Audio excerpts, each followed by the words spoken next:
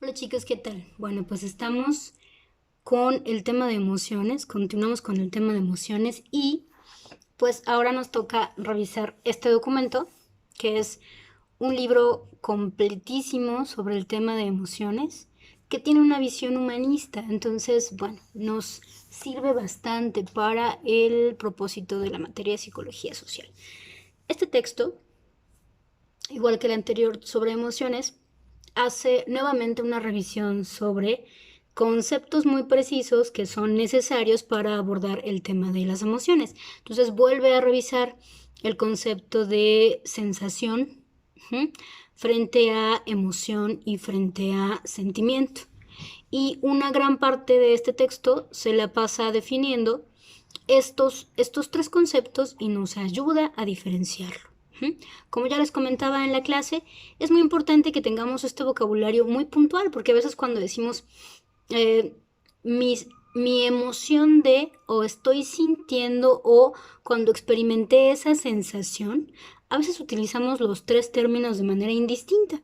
Y para Miriam Muñoz, que es la autora de estos dos capítulos que revisamos el día de hoy, para Miriam Muñoz no es así. Para Miriam Muñoz hay diferencias muy concretas en torno a los tres conceptos. Entonces, por ejemplo, Miriam nos dice, la sensación es una cosa más fisiológica y es una respuesta neurológica a un estímulo del ambiente. Entonces pensemos, por ejemplo, en el niño que va y mete los deditos al enchufe de electricidad. Ajá. El niño va, mete los deditos, en ese momento siente una pequeña descarga. Ajá.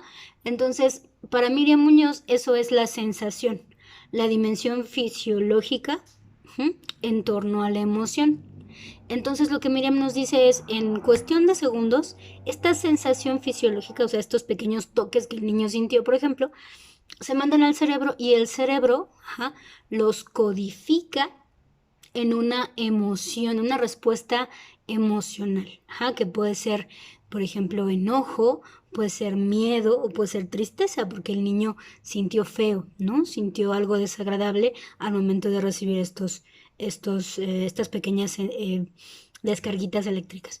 Y lo que Miriam nos dice es, cuando la emoción desciende, que ya habíamos visto también, el hecho de que las emociones son intensas, de corta duración, pero con mucha intensidad, cuando esto disminuye, damos lugar al sentimiento. Lo que se sedimenta de la emoción lo llamaríamos sentimiento. Y esto ya lo habíamos platicado.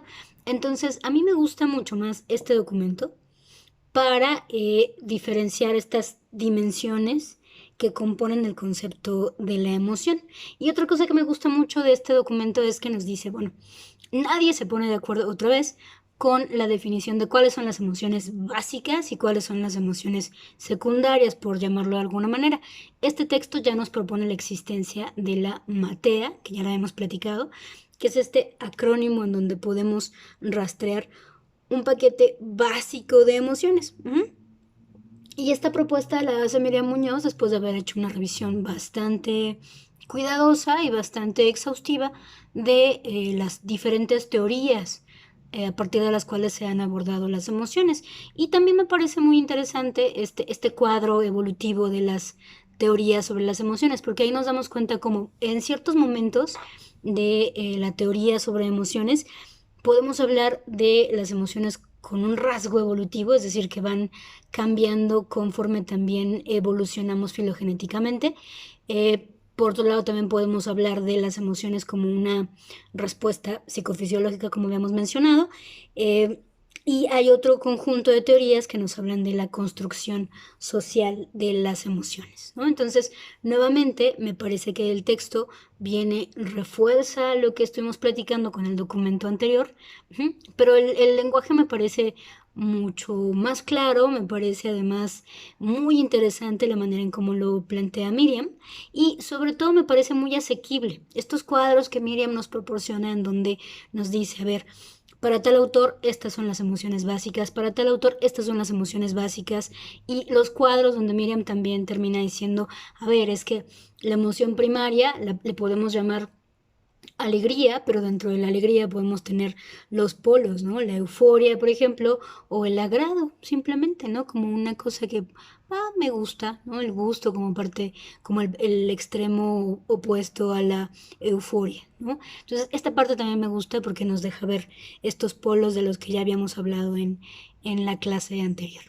Eh, Me gusta también la perspectiva un poco gestáltica de este documento porque siempre vamos a hablar de la emocionalidad como una respuesta a un estímulo eh, alterno, es decir, perdón, a un estímulo por parte de otra persona o a un otro, que puede ser, este otro puede ser una alteridad, ¿no? Este otro puede ser otro sujeto o este otro puede ser un otro situación, un otro objeto. Es decir, este documento nos dice, las emociones siempre ocurren como respuesta a algo, ¿no? Como, como una manera en la que como sujetos nos vamos a permitir expresar, darle salida, ajá, a la interacción afectiva que tenemos con un otro referente, que puede ser persona, que puede ser situación, que puede ser objeto, que puede ser una abstracción. Entonces, los invito a leer cuidadosamente el texto, es muy agradable, son 60 páginas, pero en realidad se lee de manera muy rápida, muy agradable y creo que condensa las cosas que ya hemos platicado en la sesión anterior y nos permite darle una mirada muy fresca. Muchas gracias, nos vemos más tarde en clase.